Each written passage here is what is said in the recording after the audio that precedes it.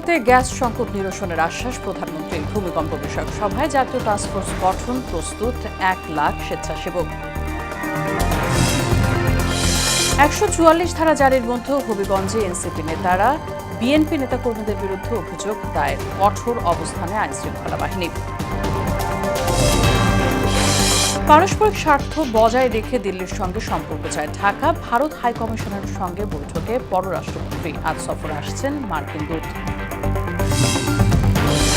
এবং উত্তাল জুলাইয়ের এই দিনে শিক্ষার্থীদের হাতিয়ার হয়ে ওঠে ফেসবুক। প্রোফাইল লাল করে জানানো হয় অভিনব ও তীব্র প্রতিবাদ।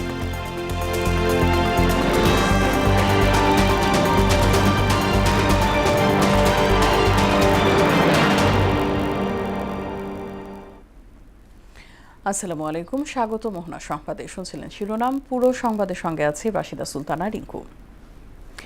শিল্প খাতে গ্যাস সংকট নিরসনের আশ্বাস দিয়েছেন প্রধানমন্ত্রী তারেক রহমান। বুধবার সচিবালয়ে এক বৈঠক শেষে সরকার প্রধানের আশ্বাসের বিষয়টি তুলে ধরেন টেক্সটাইল মিলস অ্যাসোসিয়েশনের সভাপতি শওকত আজিজ রাসেল। তিনি বলেন, ক্ষতিগ্রস্ত কারখানা চিহ্নিত করতে উদ্যোক্তাদের কাছে প্রতিবেদন চেয়েছে সরকার, যা ইতিবাচক পদক্ষেপ। এদিকে উত্তরাঞ্চলের প্রায় 16টি জেলার কৃষকদের সেচ ব্যবস্থা নিশ্চিতে বরেণ্য বহুমুখী উন্নয়ন কর্তৃপক্ষের সঙ্গে বৈঠক করেছেন প্রধানমন্ত্রী। তানজিদ ভুঁইয়ার প্রতিবেদন।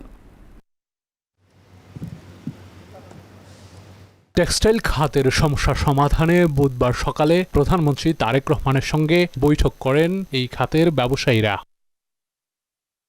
বৈঠক শেষে সাংবাদিকদের সঙ্গে আলাপে টেক্সটাইল মিলস অ্যাসোসিয়েশন বিটিএম এর সভাপতি শওকত আজিজ রাসেল বলেন, এই খাতের সমস্যা সমাধানে সরকারের আন্তরিকতায় উৎসাহ পাচ্ছেন উদ্যোক্তারা। গ্যাসের যে সংকটটা আছে এটা তো নতুন সংকট না, এটা অনেক পূর্বের।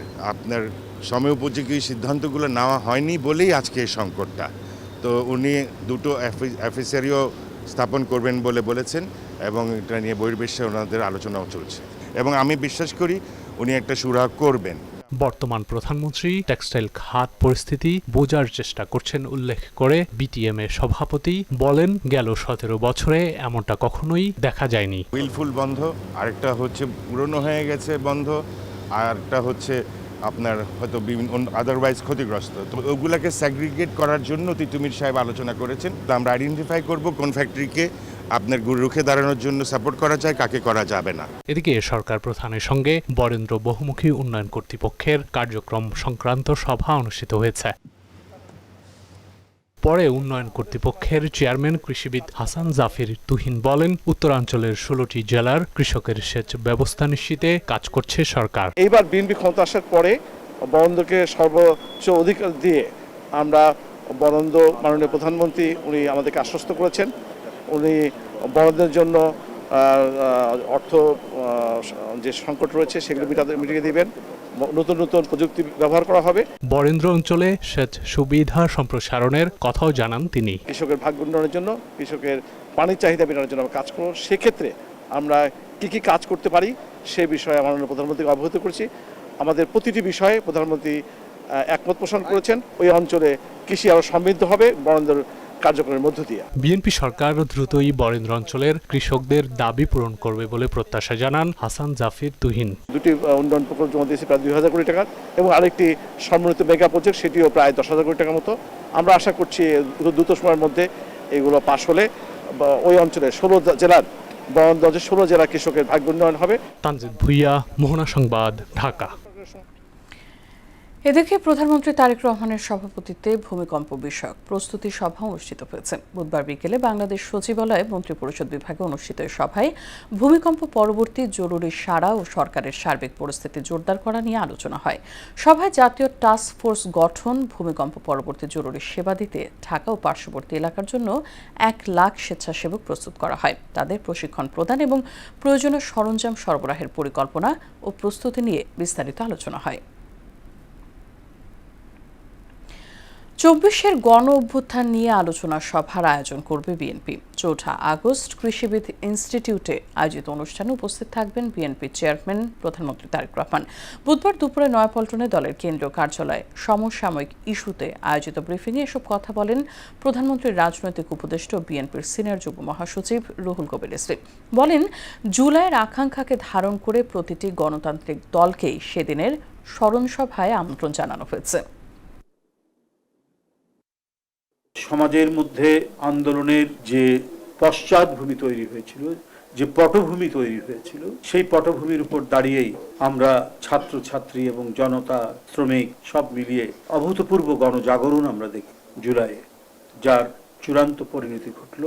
অবসান হলো স্বৈরতন্ত্রের, ফ্যাসিতন্ত্রের 5ই আগস্টে। বিএনপির পক্ষ থেকে এটি আরো ভালোভাবে এবং সুসংগঠিতভাবে পালন করার জন্য আগামী 4 আগস্ট মঙ্গলবার রাজধানীর টিআইবি কৃষিবিদ ইনস্টিটিউশনে একটি বিশেষ আলোচনা সভার আয়োজন করা হয়েছে। যে আলোচনা সভায় প্রধান অতিথি হিসেবে উপস্থিত থাকবেন গণপ্রজাতন্ত্রী বাংলাদেশ সরকারের মাননীয় প্রধানমন্ত্রী এবং বিএনপি চেয়ারম্যান জনাব তারেক রহমান। হবিগঞ্জ জেলা ছাত্র দল সভাপতি শাহ রাজীব আহমেদ রিঙ্গন সহ 11 জনের নাম উল্লেখ করে অজ্ঞাত 100 জনের বিরুদ্ধে মামলা করেছে জাতীয় নাগরিক পার্টি এনসিপি। বুধবার রাত 8টার পর হবিগঞ্জ মৌলভীবাজার সড়কের কামাইরছড়া পুলিশ তদন্ত কেন্দ্রে এই মামলা দায়ের করা হয়। এর আগে বিকেল 4:30টার দিকে মৌলভীবাজার হবিগঞ্জ সড়কের শ্রীমঙ্গলে প্রথম পুলিশি ব্যারিকেডের মুখে পড়ে এনসিপির গাড়িবহর। পুলিশি বাধায় হবিগঞ্জের পূর্ব ঘোষিত সমাবেশে যোগ দিতে পারেননি বলে অভিযোগ করেছেন এনসিপির আহ্বায়ক নাহিদ ইসলাম। আইনশৃঙ্খলা বাহিনী বলছে, দুই পক্ষের কর্মসূচি ঘিরে সৃষ্ট পরিস্থিতিতে শহরে 144 ধারা জারি করেছে জেলা প্রশাসন। এমন পরিস্থিতিতেও এনসিপি নেতারা হবিগঞ্জের পথে রওনা হন। এই অবস্থায় আইনশৃঙ্খলা পরিস্থিতি আরও অবনতির আশঙ্কায় তাদের ফিরিয়ে দেওয়ার চেষ্টা করা হয়েছে। তারেক রহমানের সরকার সেই 5 মাসের মাথায় একজন কিশোরের চোখ কেড়ে। আমরা বুঝতে পারছি এই সরকার পুরনো পথেই, স্বৈরাচারের পথেই হাঁটছে। অগণতান্ত্রিকভাবে তারা ক্ষমতায় থেকে দেশকে নৈরাজ্যের দিকে নিয়ে যাচ্ছে। তারা গণভোটের গণরায় মানে নাই, তারা স্বাধীন পুলিশ কমিশন করে নাই, অর্থাৎ তারা সন্ত্রাস নির্ভর তারা একটি রাষ্ট্র তৈরি করতে চাচ্ছে। যেটা আগে ছিল সেটাকে তারা অব্যাহত রাখছে। হবিগঞ্জে এনসিপি নেতাকর্মীদের উপর হামলার প্রতিবাদে বুধবার চট্টগ্রাম প্রেস ক্লাবের সামনে বিক্ষোভ সমাবেশ ও মিছিল করেছে দলটির চট্টগ্রাম মহানগর শাখা। রাজনৈতিক কর্মসূচিতে হামলা গণতান্ত্রিক পরিবেশকে ক্ষতিগ্রস্ত করছে উল্লেখ করে দোষীদের দ্রুত আইনের আওতায় আনার দাবি জানান বক্তারা। এছাড়া ময়মনসিংহে মানববন্ধন, বিক্ষোভ মিছিল ও সমাবেশ করেছে জেলা ও মহানগর এনসিপি। বিকেলে জেলা প্রশাসক মোড় সংলগ্ন এনসিপি কার্যালয়ের সামনে মানববন্ধন শেষে একটি বিক্ষোভ মিছিল শুরু হয়ে টাউন হল জুলাই চত্বর সমাবেশ অনুষ্ঠিত হয়। দলটির নেতৃবৃন্দের ওপর হামলার অভিযোগের প্রতিবাদে ফরিদপুরে বিক্ষোভ মিছিল ও সমাবেশ অনুষ্ঠিত হয়েছে। শাপলা চত্বরে হত্যাযজ্ঞের মামলায় সাবেক মন্ত্রী লতিফ সিদ্দিকীকে গ্রেফতার করেছে ঢাকা মহানগর গোয়েন্দা পুলিশ ডিবি। বুধবার সন্ধ্যায় গুলশানের একটি বাসা থেকে তাকে গ্রেফতার করা হয়। বিষয়টি নিশ্চিত করেছেন ডিবির অতিরিক্ত কমিশনার শফিকুল ইসলাম। ইতিমধ্যে লতিফ সিদ্দিকীর বিরুদ্ধে গ্রেফতারি পরোয়ানা জারি করেছেন আন্তর্জাতিক অপরাধ ট্রাইব্যুনাল। এর আগে বুধবার সকালে ঢাকা শাহবাগ থানার সন্ত্রাস বিরোধী আইনের মামলায় আদালতে হাজিরা দেন সাবেক এই মন্ত্রী। দেশে নানা সংকট থাকলেও নতুন বাংলাদেশ গড়ার বিষয়ে আশা জানিয়েছেন এলজিআরডি মন্ত্রী মির্জা ফখরুল ইসলাম আলমগীর। বুধবার বিকেলে আহসানুল্লাহ বিজ্ঞান ও প্রযুক্তি বিশ্ববিদ্যালয়ে আয়োজিত এক অনুষ্ঠানে তিনি বলেন, তরুণদের স্বপ্নের বাংলাদেশ করতে পাশে থাকবে সরকার। নাজমুল ইসলামের প্রতিবেদন। যুক্তির লড়াইয়ে মুখর ছিল আহসানুল্লাহ বিজ্ঞান ও প্রযুক্তি বিশ্ববিদ্যালয়। দেশের অন্যতম বৃহৎ আন্তঃপ্রাতিষ্ঠানিক বিতর্ক প্রতিযোগিতার সমাপনী উপলক্ষে এক ছাদের নিচে মিলিত হন বিভিন্ন প্রান্তের স্কুল, কলেজ ও বিশ্ববিদ্যালয় শিক্ষার্থীরা। পরে অনুষ্ঠানের প্রধান অতিথি বিএনপি মহাসচিব ও এলজিআরডি মন্ত্রী মির্জা ফখরুল ইসলাম আলমগীর বলেন, ছাত্র তরুণদের আত্মত্যাগের মধ্য দিয়ে দেশকে নতুনভাবে গড়ে তোলার সুযোগ এসেছে। এজন্য সঠিক নেতৃত্ব, পরিকল্পনা এবং তরুণদের সক্রিয় অংশগ্রহণ জরুরি। একটা সবচেয়ে বড় যেটা আশার কথা, তাতে আমাদের ছেলেরা তাদের বুকের মধ্যে তারা কিন্তু বাংলাদেশটাকে, দেশটাকে রেখে দিয়েছে। এটা একটা বিরাট কথা। আমি তাকে ধন্যবাদ জানাই যে এই কথাটা আমাকে মনে করে দিয়েছেন। সে জায়গাতেই আমাদের শক্তি, আমাদের স্ট্রেংথটা ওই জায়গায় যে আমরা উঠতে জানি, আমরা ভেঙে গেলে, ধ্বংস হয়ে গেলে আবার উঠতে পারি। মন্ত্রী বলেন, নানা সংকট থাকলেও প্রধানমন্ত্রী তারেক রহমানের নেতৃত্বে নতুন বাংলাদেশ গড়ে তোলা সম্ভব। আমরা বারবার বঞ্চিত হয়েছি, বারবার ধাক্কা খেয়েছি, হোঁচট খেয়েছি। এবার আমাদের সামনে একটি সুযোগ এসেছে। এই জন্য আমি বলছি কথাগুলো যে আপনারা নিশ্চয়ই লক্ষ্য করেছেন যে আমাদের বর্তমান প্রধানমন্ত্রী তিনি কিন্তু বাংলাদেশের নির্বাচিত ফিরে এসে প্রথমে যে কথাটা বলেছিলেন যে আমার একটা পরিকল্পনা। তারুণ্যের শক্তি কাজে লাগাতে পারলে বাংলাদেশকে অনেক দূর এগিয়ে নেওয়া সম্ভব হবে বলেও জানান মির্জা ফখরুল। অনেক চ্যালেঞ্জ, এত বড় বড় চ্যালেঞ্জ রয়েছে যে সেই চ্যালেঞ্জগুলোকে মোকাবেলা করে রাতারাতি সবকিছু হয়ে যাবে এটা মনে করার কোনো কারণ নেই। নাজমুল ইসলাম, মোহনা সংবাদ, ঢাকা। স্থানীয় সরকার নির্বাচনে বিএনপি প্রার্থীদের বিজয় নিশ্চিতে ইসিতে দলীয় নিয়োগ দেওয়ার অভিযোগ করেছেন জামাতের সেক্রেটারি জেনারেল মিয়া গোলাম পরোয়ার। বুধবার দুপুরে নির্বাচন ভবনে সিইসি সহ কমিশনের সঙ্গে বৈঠকে কথা বলেন তিনি। এমপিওভুক্ত শিক্ষা প্রতিষ্ঠানের শিক্ষকদের স্থানীয় সরকার নির্বাচনে অংশ নেওয়ার সুযোগ বহাল রাখার দাবিও জানান মিয়া গোলাম পরোয়ার। এমআর আসাদের রিপোর্ট। বুধবার সকালে নির্বাচন ভবনে যান বাংলাদেশ জামায়াত ইসলামীর 6 সদস্যের প্রতিনিধি দল। দলের সেক্রেটারি জেনারেল মিয়া গোলাম পরোয়ারের নেতৃত্বে প্রধান নির্বাচন কমিশনার সহ কমিশনের কর্মকর্তাদের সঙ্গে বৈঠক করেন তারা। পরে মিয়া গোলাম পরোয়ার ব্রিফিংয়ে জানান, ইসির অতিরিক্ত সচিব পদে বিএনপি দলীয় লোকের নিয়োগ স্থানীয় সরকার নির্বাচনের অন্তরায়। এরকম একজন ব্যক্তিকে ইলেকশন কমিশনের মতো একটা সাংবিধানিক বডিতে অতিরিক্ত সচিব পদে নিয়োগ দেওয়ার মধ্যে আজ্ঞাবহ থেকে তিনি যেন সরকারি দলের লোকদেরকে নির্বাচনে বিজয়ী করে নিয়ে আসতে পারেন, সেই ফাংশনটা উনি যেন এখানে বসে করতে পারেন, সেই তৎপরতার জন্যই তাকে এখানে স্পেশালি অ্যাসাইন করে এখানে অ্যাপয়েন্টমেন্ট দেওয়া হয়েছে। এমপিওভুক্ত শিক্ষকদের স্থানীয় সরকার নির্বাচনে অযোগ্য ঘোষণার ইসির প্রস্তাবের সমালোচনাও করেন তিনি। জাতীয় নির্বাচনের ক্ষেত্রে এমপিওভুক্ত শিক্ষকদের নির্বাচনের ব্যাপারে তো আপনারা কোনো বিধিনিষেধ আরোপ করেননি, তারা তো ইলেকশন করছেন। প্রশ্ন করলাম যে সেটা কি আপনারা করেছেন? বল না, আমরা শুধু লোকাল গভর্নমেন্ট ইলেকশনের জন্য এই নীতিমালাটা অ্যাপ্রুভ করেছি। তাহলে কি হলো? এটা দ্বৈততা, দ্বিচারিতা, বৈষম্য হলো না? একটা ইলেকশন করতে পারবে আর একটা পারবে না। সাতক্ষীরা 4 আসনের এমপি পদ নিয়ে স্পিকার ও ইসি সিদ্ধান্ত নেবেন বলেও মত দেন Jamaat secretary. EC and speaker will decide. MR Asad, Mohona সংবাদ, ঢাকা। তরুণদের বিদেশে যাবার সঠিক দিক নির্দেশনা দিতে না পারলে সম্ভাবনার রেমিটেন্স খাত ঝুঁকিতে পড়বে বলে জানিয়েছেন তথ্যমন্ত্রী জহির উদ্দিন স্বপন। বুধবার সন্ধ্যায় মুক্তিযুদ্ধ জাদুঘর এক অনুষ্ঠানে তিনি কথা বলেন অর্থনৈতিক সংকটের কারণে একদল তরুণ অবৈধ পথে বিদেশে যাওয়ার চেষ্টা করে এবং বিভিন্নভাবে প্রতারিত হয়। রেমিটেন্স এদেশের অর্থনীতির বড় সম্পদ বলেও জানান মন্ত্রী। আমাদের দেশে অর্থনীতির যে চেহারা, সে কারণেই এবং টোটাল আর্থসামাজিক ব্যবস্থার চেহারার কারণেই একদল তরুণ একেবারে দিক বিদিক শূন্য হয়ে যেতে বাধ্য হয় এবং শেষ পর্যন্ত একটা বড় একটা অংশ প্রতারিত হয়। এই সমস্ত কিছুর পরেও সর্বশেষ গত বছর আমরা সরকার প্রায় $35 বিলিয়ন আমাদের নেট ইনকাম হয়েছে এবং এটা এমন একটা উপার্জন আমাদের জন্য যে উপার্জনটা একেবারেই কোনো খরচ ছাড়া। সরকারি হাসপাতালে শূন্য পদের বিপরীতে খুব শীঘ্রই নার্স ও মিডওয়াইফ নিয়োগ দেওয়া হবে বলে জানিয়েছেন প্রধানমন্ত্রীর স্বাস্থ্য বিষয়ক বিশেষ সহকারী ডক্টর এস.এম. জিয়াউদ্দিন হায়দার। বুধবার সচিবালয় সংবাদ সম্মেলনে তিনি বলেন, মেডিকেল এবং নার্সিং কলেজ নিয়ম মানতে ব্যর্থ হলে সরকার যথাযথ ব্যবস্থা নেবে। নার্সিং শিক্ষা কারিকুলাম আন্তর্জাতিক মানসম্পন্ন নয়, জানিয়ে এক্ষেত্রে বাংলাদেশে ফিলিপাইনের সহযোগিতা নেবে। প্রায় অনেক জায়গাতেই আমাদের নার্সদের অনেক ভ্যাকান্ট পজিশন আছে। হ্যাঁ, তো আমাদের প্রথম লক্ষ্য হবে যে আমরা কীভাবে এই ভ্যাকান্ট পজিশনগুলো অতি দ্রুত আমরা ফিল আপ করতে পারি এবং তারপরেও যদি আমাদের প্রয়োজন হয় আমরা তখন নতুন যে নার্স তাদের জন্য আপনার পদ সৃষ্টি করতে হবে এবং তাদেরকে পদায়ন করতে হবে। ভ্যাকান্ট যে পজিশনগুলো নার্স, মিডওয়াইফ, মেডিকেল ডক্টর, তবে মেডিকেল টেকনোলজিস্ট, ভ্যাকান্ট যে পজিশনগুলো আছে যেগুলো আপনার অনুমোদিত পজিশন, সেগুলো ফিল আপের আপনার জন্য দ্রুত ব্যবস্থা নেওয়া হচ্ছে। পারস্পরিক স্বার্থ বজায় রেখে দিল্লির সঙ্গে সম্পর্ক এগিয়ে নেওয়ার কথা জানিয়েছেন পররাষ্ট্রমন্ত্রী খলিলুর রহমান। তিনি বলেন, প্রধানমন্ত্রী তারেক রহমানের সফর নিয়ে ভারত সরকারের প্রস্তাব পর্যবেক্ষণ করা হচ্ছে। বুধবার বিকেলে ভারতের হাই কমিশনার দীনেশ ত্রিবেদীর সঙ্গে বৈঠক শেষে এসব কথা বলেন মন্ত্রী। আর ভারতীয় হাই কমিশনার দীনেশ ত্রিবেদী জানান, গঙ্গা চুক্তির বিষয়ে কাজ চলছে ঢাকা ও দিল্লির। বাংলাদেশের সরকার প্রধানের সফরের জন্য ভারত অধীর আগ্রহে অপেক্ষা করছে বলে জানান হাই কমিশনার।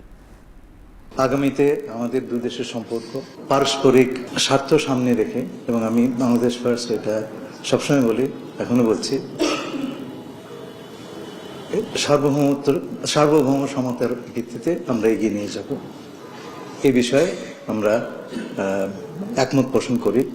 কোনো বিশেষ বিষয়ে আমাদের কোনো দীর্ঘ আলোচনা হয়নি, কেবলমাত্র দুই দেশের সম্পর্ক সাধারণভাবে উন্নীত করার বিষয়ে আমরা কথা বলেছি। আজ ঢাকায় আসছেন যুক্তরাষ্ট্রের দক্ষিণ ও মধ্য এশিয়া বিষয়ক বিশেষ দূত সার্জিও গোর। ম্যানিলায় সদ্য শেষ হওয়া আসিয়ান রিজিয়নাল ফোরামের বাংলাদেশের পররাষ্ট্রমন্ত্রী সহ এই অঞ্চলের শীর্ষ নেতাদের সঙ্গে দেখা হয়েছে তার। সেখান থেকে দিল্লি হয়ে ঢাকা আসবেন তিনি। পররাষ্ট্র মন্ত্রণালয় বলছে বৃহস্পতিবারই পররাষ্ট্রমন্ত্রী ডক্টর খলিলুর রহমানের সঙ্গে বৈঠক করবেন সার্জিও গোর। এদিন প্রধানমন্ত্রী তারেক রহমানের সাথেও সাক্ষাৎ হতে পারে তার। বাংলাদেশ সরকারের পররাষ্ট্র নীতির অগ্রাধিকার এবং ঢাকা ওয়াশিংটন সম্পর্ক নিয়ে আলোচনা করতেই তার এই সফরে ওয়াশিংটনের সঙ্গে সই হওয়া বাণিজ্য চুক্তি বাস্তবায়নে ঢাকার মনোভাবও খতিয়ে দেখবেন বলে ধারণা করা হচ্ছে। রক্তাক্ত জুলাই প্রসঙ্গ।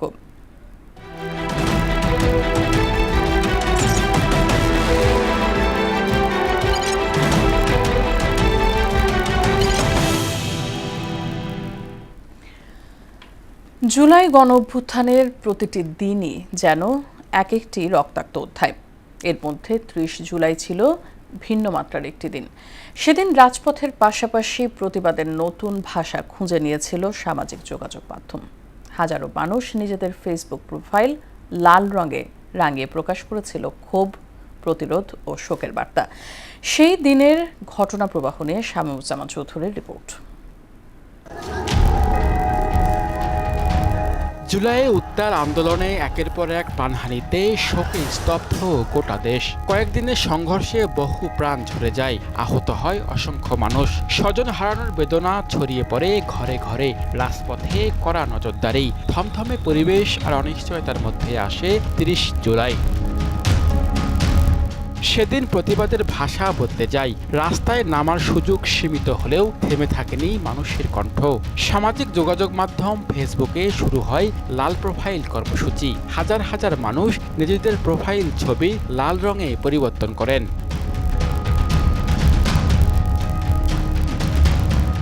লাল রং হয়ে ওঠে প্রতিবাদ, বিক্ষোভ আর শোকের প্রতীক। মুহূর্তে এই কর্মসূচি দেশের গণ্ডি পেরিয়ে ছড়িয়ে পড়ে বিশ্বজুড়ে বাংলাদেশিদের মধ্যেও। শুধু শিক্ষার্থী নয়, শিক্ষক, সাংবাদিক, চিকিৎসক, শিল্পী, লেখক, প্রবাসী বাংলাদেশি সহ নানা শ্রেণী পেশার মানুষ এই ডিজিটাল প্রতিবাদে অংশ নেন। লাল প্রোফাইল দ্রুতই পরিণত হয় শক্তিশালী প্রতিরোধের প্রতীক। যে প্রতিবাদে ছিল না কোনো স্লোগান, ছিল না মিছিল, ছিল কেবল কোটি মানুষের অভিন্ন অনুভূতির প্রকাশ। জুলাই আন্দোলনের ইতিহাসে তাই 30 জুলাই শুধু একটি তারিখ নয়, এটি ডিজিটাল প্রতিবাদ প্রতিরোধের এক অনন্য মাইল ফলক।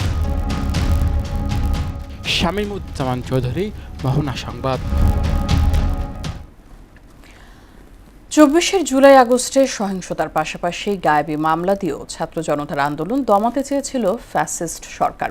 আন্দোলনকারীদের অনেকের বিরুদ্ধেই সেই সময়ে নাশকতার মামলা দেওয়া হয়েছিল বলে জানিয়েছেন তাদের পক্ষে কাজ করা আইনজীবীরা। জুলাই পরবর্তীতে সেই পরিবেশ অনেকটা বদলালেও ফ্যাসিবাদ মুক্ত হতে রাষ্ট্রের আরও সময় লাগবে বলে মনে করেন তারা। মুদাসসির আলীর প্রতিবেদনে বিস্তারিত। 24-এর কোটা সংস্কার আন্দোলন দমাতে তৎকালীন আওয়ামী সরকার ছাত্র জনতার ওপর অমানবিক দমনপীড়ন শুরু করলে এই বিক্ষোভ স্বৈরাচার বিরোধী আন্দোলনের রূপ নেয়। পরিস্থিতি নিয়ন্ত্রণে আনতে আইনশৃঙ্খলা বাহিনীকে কাজে লাগিয়ে আরও আগ্রাসী হয়ে ওঠে ফ্যাসিস্ট সরকার।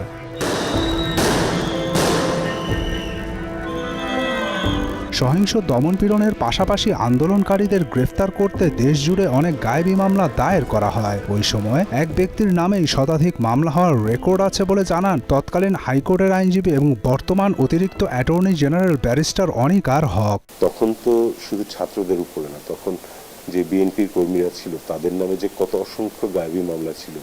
একজনের ব্যাপারে আমি জানি যে তার একজনকেই প্রায় 400-র উপরে মামলা দেওয়া হচ্ছে। আন্দোলনের শেষ দিকে আগ্রাসী সরকারের আইনশৃঙ্খলা বাহিনীর গুলি করার উপর নিষেধাজ্ঞা চেয়ে আন্দোলনকারীদের পক্ষে দায়ের করা রিটের শুনানিতেও অংশ নিয়েছিলেন বলে জানান এই আইনজীবী। 28 জুলাই আমরা মামলাটা ফাইল করেছিলাম। এই সময় থেকে 4 তারিখ পর্যন্ত ওই রায় ঘোষণা হওয়ার পর্যন্ত ওই কয়েকদিন পুলিশের গুলি বন্ধ ছিল। জুলাই আন্দোলনের পক্ষে আইনি লড়াই করা সুপ্রিম কোর্টের সিনিয়র আইনজীবী শিশির মনিরও তুলে ধরেন কিভাবে আইনের অপব্যবহার করে আন্দোলনকারীদের দমিয়ে রাখতে চেয়েছিল ফ্যাসিস্ট সরকার। হাজার হাজার লোক আগাম জামিন চাইতে আসতো, গায়েবী মামলা হতো, 65 লক্ষেরও বেশি মানুষ আসামি হয়েছিল। তখন পুরো হাইকোর্ট প্রাঙ্গণ মানুষের লোকে লোকারণ্য হয়ে গেছে, আগাম জামিন নিতে আসছে।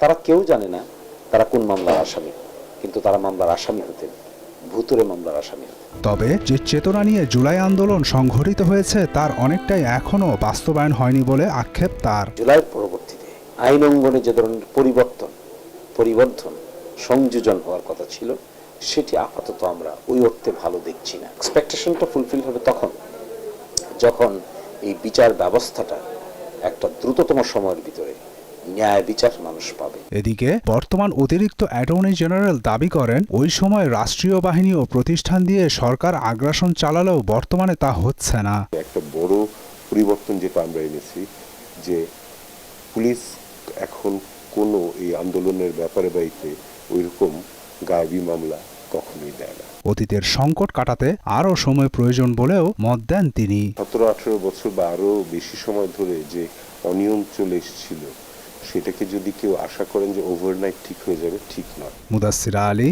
মোহনা সংবাদ, ঢাকা। দেশজুড়ে গত 24 ঘন্টায় হাম ও এর উপসর্গে 3 শিশুর মৃত্যু হয়েছে। এতে গত 15 মার্চ থেকে এ পর্যন্ত প্রাণহানি 831 জনে দাঁড়িয়েছে। এছাড়া গত একদিন নতুন করে আরও 1075 জনের শরীরে হাম ও এর উপসর্গ দেখা গেছে। এদিকে গত 24 ঘন্টায় এডিস মশাবাহিত রোগ ডেঙ্গুতে আরও 3 জনের মৃত্যু হয়। বিকেলে স্বাস্থ্য অধিদপ্তরের পৃথক প্রতিবেদনে এই তথ্য জানানো হয়েছে।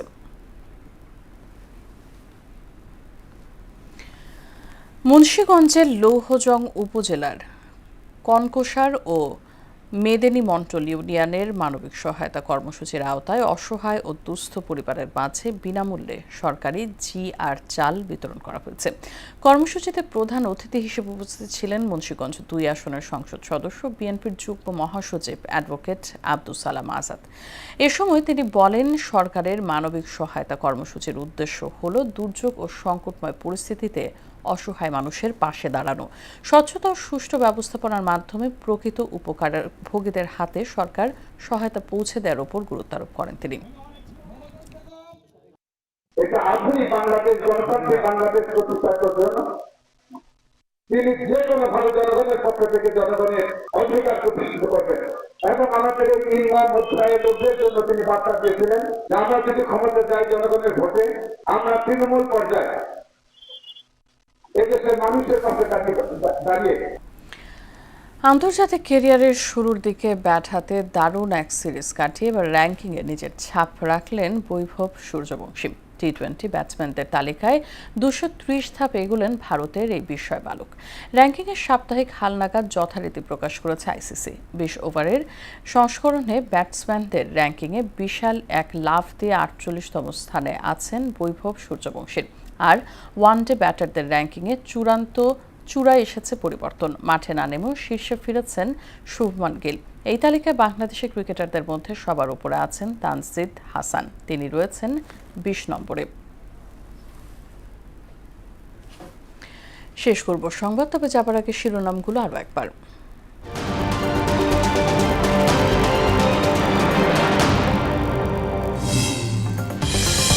শিল্প খাতে গ্যাস সংকট নিরসনের আশ্বাস প্রধানমন্ত্রীর। ভূমিকম্প বিষয়ক সভায় জাতীয় টাস্কফোর্স গঠন, প্রস্তুত 1 লাখ স্বেচ্ছাসেবক। 144 ধারা জারির মধ্যেও হবিগঞ্জে এনসিপি নেতারা। বিএনপি নেতা ও কর্মীদের বিরুদ্ধে অভিযোগ দায়ের, কঠোর অবস্থানে আইনশৃঙ্খলা বাহিনী। পারস্পরিক স্বার্থ বজায় রেখে দিল্লির সঙ্গে সম্পর্ক চায় ঢাকা। ভারত হাই কমিশনারের সঙ্গে বৈঠকে পররাষ্ট্রমন্ত্রী। আজ সফরে আসছেন মার্টিন রুট। এবং উত্তাল জুলাইয়ের এই দিনে শিক্ষার্থীদের হাতিয়ার হয়ে ওঠে ফেসবুক। প্রোফাইল লাল করে জানানো হয় অভিনব ও তীব্র প্রতিবাদ।